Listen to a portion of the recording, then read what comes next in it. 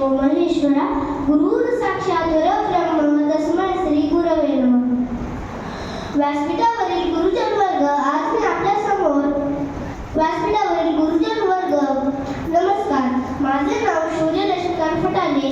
आज मी आपल्या समोर आपले लाडके श्री योग गुरु सोन्नेकर सर यांच्याविषयी माझ्या भावना व्यक्त करण्यासाठी आपल्या समोर उभा आहे.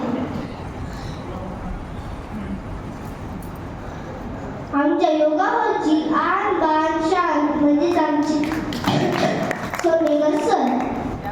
सरांकडे बघितलं वाटते सर खूप कडक आहेत, पण आतून मात्र सर खूप प्रेमळ आणि आमच्या सर्वांचा खूप लाड करतात. सर फक्त प्रॅक्टिसच्याच वेळी कडक असतात. एकदा जर प्रॅक्टिस झाली सर सगळं आमचंच आहे. कधी कधी आम्ही सरांना म्हणतो सर आज आईस्क्रीम खायची, सर आज पाणीपुरी खायची, असं म्हणाल्याबरोबरच सर लगेच घेऊन जातात आणि म्हणतात चला सर्वच जण जाऊया. मग काय मज्जाच मज्जा. एकदा माझ्या आईने मला सांगितले होते की एखाद्या वस्तूला आपण परिसराचा स्पर्श करतो त्याचे रूपांतर तेव्हा सोन्यामध्ये होते. अगदी असंच आहे आमच्या सरांचंही. त्यांच्या सानिध्यात जो येईल तो खरंच सोनं होऊन जाईल.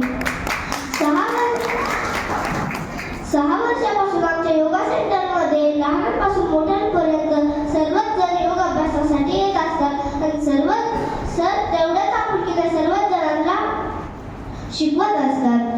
सर्वच जण म्हणत होते की सर रिटायर होणार.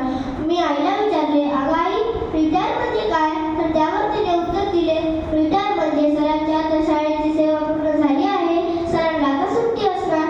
हे ऐकून तर मला आनंद झाला, कारण की सर आता आमची जास्तीत जास्त प्रॅक्टिस घेणार.